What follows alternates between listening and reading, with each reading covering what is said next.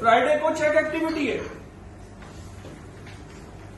और उसके बाद एग्जाम के बाद जब आप इसको इम्प्लीमेंट करना शुरू करेंगे तो एक्ट करना शुरू करेंगे।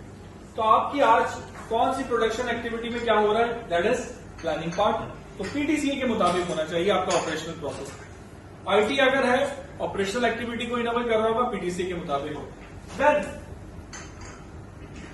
उसके बाद जो ऑपरेशनल प्लानिंग एंड कंट्रोल है, यानी सबसे पहले मैं जाऊंगा आपके प्रोडक्शन डिपार्टमेंट में, उनसे कहूंगा आज बताइए कौन कौन सी ट्रांसपोर्टेशन की प्लानिंग दिखाते हैं, आज कौन से इनपुट्स है और कौन से आउटपुट्स है, कितने कंटेनर्स जा रहे हैं, कितने कंटेनर्स आएंगे, और दिखाते हैं। वो एक पूरा एक स्ट्रक्चर बता देंगे।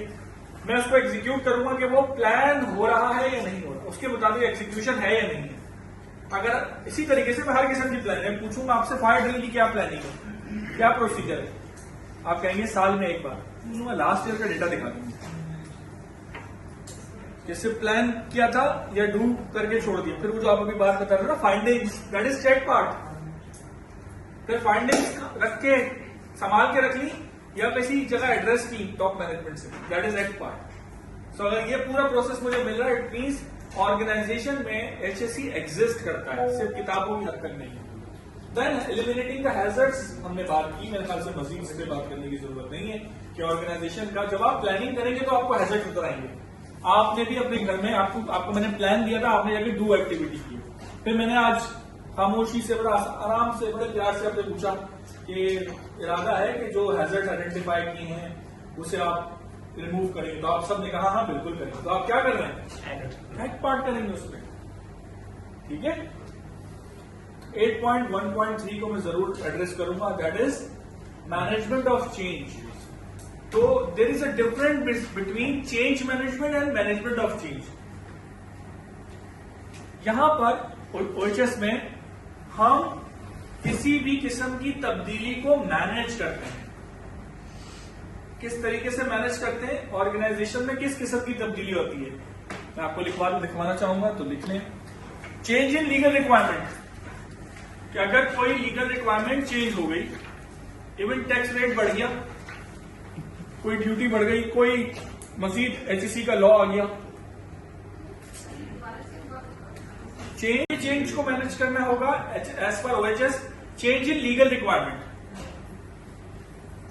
चेंज इन मैनेजेरियल हायरार्की, कि पहले मैं इस डिपार्टमेंट को देख रहा था, अब मैं रोटेट पे चला गया दूसरे डिपार्टमेंट को, लेकिन मेरी टीम कह रही नहीं, हम तो उसी मैनेजर को मानते थे ना, हम तो वहीं पे ईमेल करेंगे, नहीं हम उनको ईमेल करेंगे, वो रिस्पॉन्ड नहीं कर रहा, अब आप उनकी जिम्मेदारी नहीं है। चेंज इन ऑर्गेनाइजेशनल हायरार्की, कोई नया हमारा एचएससी रिप्रेजेंटेटिव आया है, उसकी एक ईमेल जो होगी शूट होगी, ईमेल जो है सेंड की जाएगी तमाम रेलेवेंट डिपार्टमेंट को कि ही और she has joined us as an HR expert, as an ABC designation. So आपको इस मैटर में इनको इन्वॉल्व करना। चेंज इन टेक्नोलॉजी, नई मशीन आई है, नए इक्विपमेंट्स आए, तो वो मैनेजमेंट ऑफ चेंज करना है उसे। कैसा नहीं पुरानी मशीनरी को बंद कर दिया कल से नई मशीन, नहीं, ग्रेजुअल चेंज करेंगे।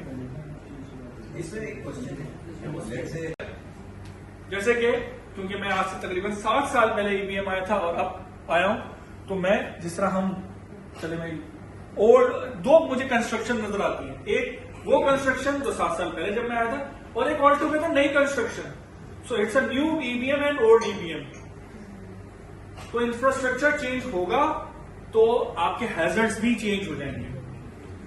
आपने उसी हिसाब से इंप्लीमेंट भी करना है, कम्युनिकेट भी करना है। रोड आपके जो इंटरनल मैप्स हैं वो सब अपडेट होंगे, that need to be communicated, review and updated, right. Change in infrastructure, change in legal requirement, change in hierarchy, change in technology.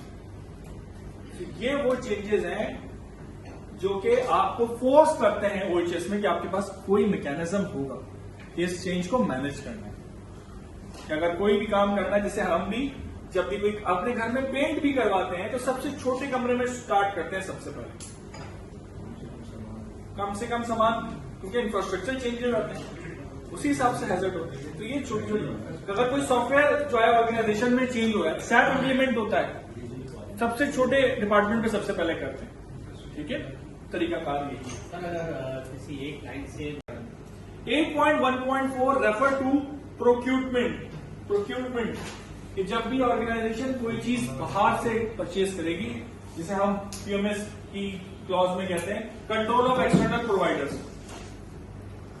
Control of external provider, इसमें बिल्कुल स्पेसिफिक लिख दिया प्रोक्यूरमेंट। जब भी हम बाहर से कोई चीज खरीदेंगे तो उसके लिए एक मैकेनिज्म होना चाहिए। मैं और आप बहुत सारी चीजें हम बाहर से खरीदते हैं, ये वाली एक्टिविटी हम माइंड से करते हैं, अपनी रिस्क बेस्ड थिंकिंग, कि हमें कौन सा बार्बर के पास जाना है, गाड़ी कहाँ जो है वो वॉश करवानी है, मेंटेन कहाँ से करानी है, ग्रोसरी कहाँ से खरीदनी है, इंटरनेट कहाँ से खरीदना है, हर चीज हमारी सेट है। अगर एक्सपेंसिव क्लोथिंग लेनी है तो कहाँ जानी है, नॉर्मल क्लोथिंग लेनी है कहाँ जानी है, फूड कहाँ से मिलेगा, गोश्त कहाँ से मिलेगा, हर चीज की हमारे पास एक मैकेनिज्म डेवलप है। देखिए दोस्तों, ऑर्गेनाइजेशन में भी ऐसे ही करना है, but that need to be documented, that need to be documented, कि डॉक्यूमेंट करना है उस चीज को। डॉक्यूमेंट कैसे करना है कि आपके पास purchasing procedure should be, your attribute should be safety precautionary attribute rather than commercial precautionary attribute, right? Commercially, our fitness is basically a mechanism in which organization evaluate the expected emergencies for the organization. हर organization evaluate करती है कि उसके लिए emergency क्या है। पहले तो ये देखें, आग लगने, मे बी आग लगने की हो, मे बी सैलाब आने की हो, मे भी अल्लाह ना करे कोई टेररिस्ट एक्टिविटी हो, कोई मॉब आ जाए। अभी हम कुछ पब्लिक कंपनीज को जब हम ट्रेन कर रहे थे ओएचएस पे, उन्होंने कहा कि हमारे लिए ये भी है कि लोगों का एहतजाज होता है, स्ट्राइक होती है, मुख्तलिफ चीजें। जो लोकेशन है ईवीएम की बड़ी हाई रिस्क लोकेशन है, क्योंकि अल्लाह ना करे कोई भी इशू होता है तो रोड फेसिंग है। सर आपने इसकी डेफिनेशन क्या बताई थी ईआरपी की, क्या होना चाहिए? Organization shall establish a mechanism to evaluate the emergency related to the company scope. हमारे लिए इमरजेंसी क्या है? इंटरनेट बंद कर दिया, हम किस तरह ऑडिट करें, किस तरह ट्रेनिंग करवाएं जो हम इंटरनेशनल क्लाइंट्स को कराएं, हमारे लिए इमरजेंसी ये है। सो सबसे पहले ऑर्गेनाइजेशन ने ये नहीं देखना कि यार इमरजेंसी तो सिर्फ फायर ही होती है। May be fire is controllable, tsunami is uncontrollable, high wind is uncontrollable. अगर यही ईबीएम की बिल्डिंग क्लिफ्टन में किसी जगह होती, हार्बर फ्रंट में होती, उस वाली पट्टी में जो अब्दुल्ला शाह गाजी, मैं आपको कहता high wind is an emergency condition situation for you guys, heat wave is in emergency condition. So organization ने आइडेंटिफाई, अर्थक्वेक अगर कोई ऐसी जगह पे होता है जहां पे अर्थक्वेक बहुत ज्यादा आते हैं, जैसे कि जब हम इस्लामाबाद जाते हैं तो वहां होटल, वहां पे जो कंपनीज होती हैं वो जिस तरह हम फायर ड्रिल कराते हैं वो बाकायदा अर्थक्वेक भी इसमें ऐड करते हैं कि अगर कोई आप अर्थक्वेक की जो है जॉर्ज फील करें तो आपने रिस्पॉन्ड किस तरह करना है। क्यों? क्योंकि उनको पता है कि एक नॉर्मल सी चीज, मतलब ये चीज है जो वो एक्सपीरियंस करते रहते हैं। क्लियर?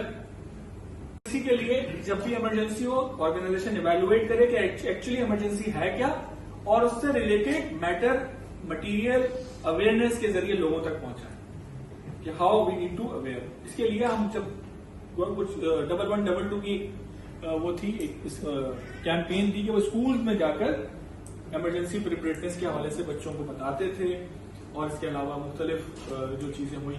जब ये आर्मी पब्लिक का वाकया हुआ था उसके बाद भी काफी स्कूलों में इस किस्म की ट्रेनिंग्स कराई गई कि how to protect themselves, how to respond, actually panic ना फैल जाए।